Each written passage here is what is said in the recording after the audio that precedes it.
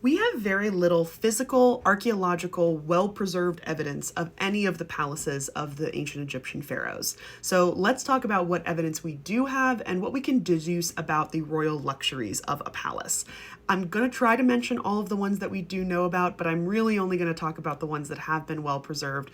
But let me know if you want more videos about each of the palaces so I can go into more detail. It's sad to say we really don't have any palaces from the pre-dynastic period or even the Old Kingdom. We know that the vast majority of Old Kingdom pharaohs had their capital in Memphis, Egypt, which is just south of Giza and Saqqara, but we don't really have a palace preserved in that area. The earliest known palace that we at least have a portion of preserved is this one at Deir al-Balas. This is just north of Thebes/Luxor, and the complex found here was for the short-lived royal city and palace built by the Theban kings during the 17th dynasty, which is during the Second Intermediate period.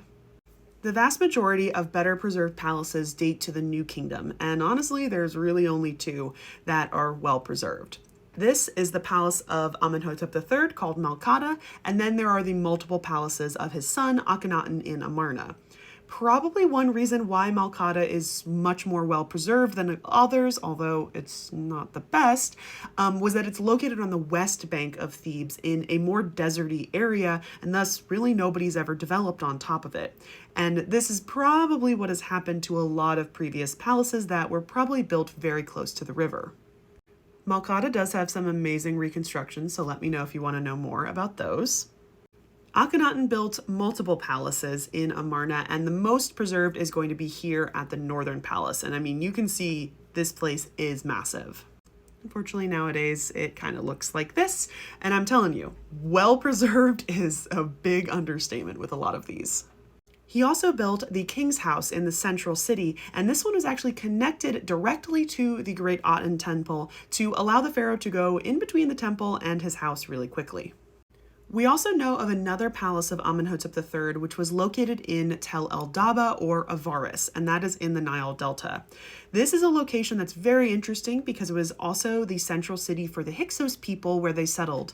And this was also then the capital for Ramses II in the 19th dynasty, and we do believe that we have some portions of the Palace of Ramses up there as well.